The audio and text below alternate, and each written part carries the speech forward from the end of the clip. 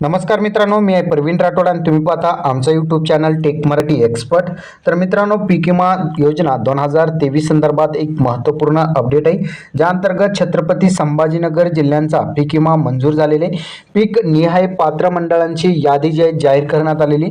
25% अग्रिम पीक विमा म्हणजेच आगाऊचा पीक विमा वाटप लवकरच होणार आहे। यासंबंधी संपूर्ण माहिती आपण आजच्या व्हिडिओमध्ये आपण बघणार आहोत। तर चला व्हिडिओ स्टार्ट करूया। तर मित्रांनो, बघितलं तर छत्रपती संभाजीनगर जिल्ह्यातील 321 गावातील शेतकऱ्यांना 25% अग्रिम पीक विमा रक्कम जे मिळणार आहे। पंतप्रधान पीक विमा योजनेअंतर्गत अधिसूचना जारी करण्याचे जिल्हाधिकाऱ्यांचे आदेश देण्यात आलेले आहेत। या अंतर्गत बघितलं तर छत्रपती संभाजीनगर म्हणजेच आपलं औरंगाबाद जिल्ह्यातील सर्व महसूल मंडळात पावसाचा खंड 16 ते 40 दिवसांचा पडलेला आहे।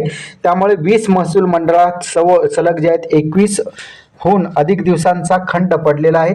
तेथील पिकांच्या उत्पादनात या ठिकाणी 50% घट येणार असल्याचा अंदाज तालुकास्तरीय समितीने व्यक्त केलेले आहेत। त्यानुसार पीक विमा योजनेतील मध्य हंगाम प्रतिकूल परिस्थिती अंतर्गत जे आहे 25% अग्रिम पीक विमा शेतकऱ्यांना आता मिळणार आहे। आता यामध्ये बघितलं तर जिल्ह्यातील पेरणी आणि त्याचबरोबर पावसाचा खंड यासंबंधी माहिती देण्यात आलेली। पीक विमा योजना खरीप हंगाम 2023च्या जिल्हास्तरीय संयुक्त समितींची बैठक मंगळवारी झाली।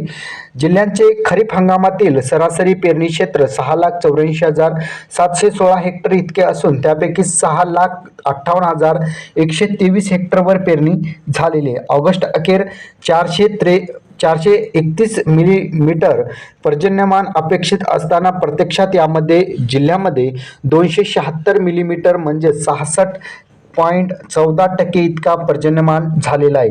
जुलै व ऑगस्ट महिन्यात जिल्ह्यातील सर्व महसूल मंडळात 16 ते 40 दिवस या दरम्यान पावसाचा खंड पडल्याने खरीप पिकांची अवस्था बिकट झालेली आहे। कोणत्या तालुक्यात सर्वेक्षण झालेला होता?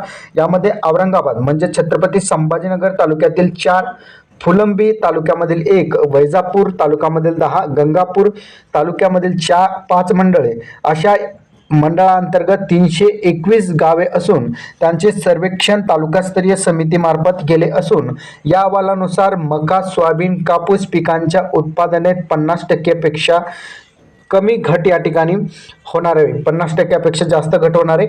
यामध्ये बघितलं तर कृषी अधिकारी काय म्हणाले? औरंगाबाद म्हणजे छत्रपती संभाजीनगर तालुक्यातील 4 महसूल मंडळातील 68 गावे असेल।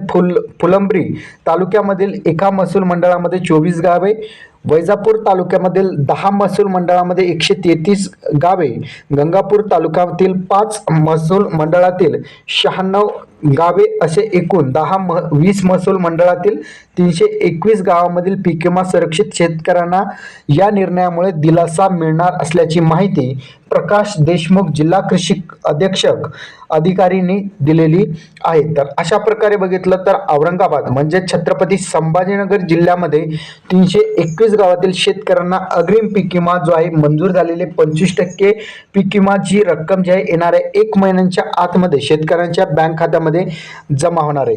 तर हा व्हिडिओ तुम्हाला कसा वाटला कमेंटमध्ये सांगायचा विसरू नका। त्याचबरोबर तुमच्या जिल्ह्याची जर तुम्हाला माहिती पाहिजे असेल तर तुमच्या जिल्ह्याचं नाव कमेंटमध्ये सांगायचा विसरू नका। अशाच नवनवीन अपडेटसाठी चॅनलला सबस्क्राईब करा, साईडच्या नोटिफिकेशन बेलला प्रेस करा।